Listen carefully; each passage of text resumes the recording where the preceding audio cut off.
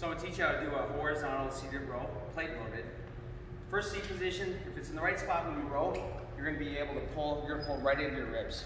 If you're pulling too low or too high, you're going to have to adjust it up or down. I'm going to teach you how to do both a parallel grip and an over the top grip. If the grip's over the top like this, here it's good and your elbows are pointed out, this is considered more of a rear delt row.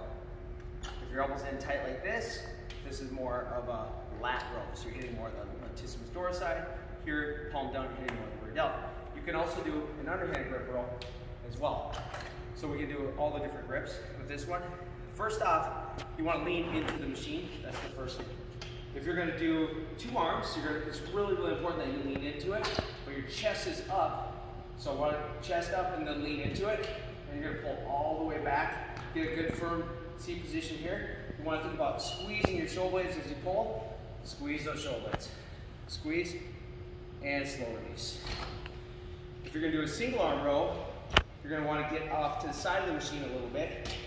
You're going to grab right here, get off to the side. Some people want to grab here, either here or here. You're going to come off to the side a little bit, and they're going to pull, and you're always trying to make contact into your chest or into your rib cage.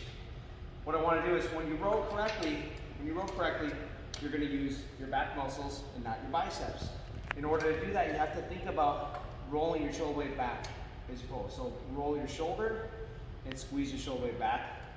One trick is if I put my fingers on the front deltoid, it should leave my hand. If I'm doing that, then I'm pulling with my lats. If it stays in one spot, I'm pulling with my bicep. So the first motion is up in the shoulder blade moves first. Second motion is the elbow. Think about pulling your elbow. Also think about pulling with your elbows, not your hands. Think about pulling your elbow down and back. That will also help so you get more back muscles involved and less bicep. Two common errors I see with this machine are, first, when you're rowing, people pull too far back like this. Instead of just pulling to the rib, a lot of times they're going to try to pull back towards the hip like this. I'll see you pull like that, that's too far. You're pulling more to the rib cage, not to the hip. Second thing is people use their low back muscles. So they'll come like this, and they're using a lot of back. To help counteract that, you got to get a good brace if you're single. If you're pulling one arm, get a good brace at the end of the machine and brace real tight. That's one way. And if you got pulling two arms, make sure you actually slide your butt back a little bit, lean into it, chest up, and that will help so you're not going like this. You want to always keep contact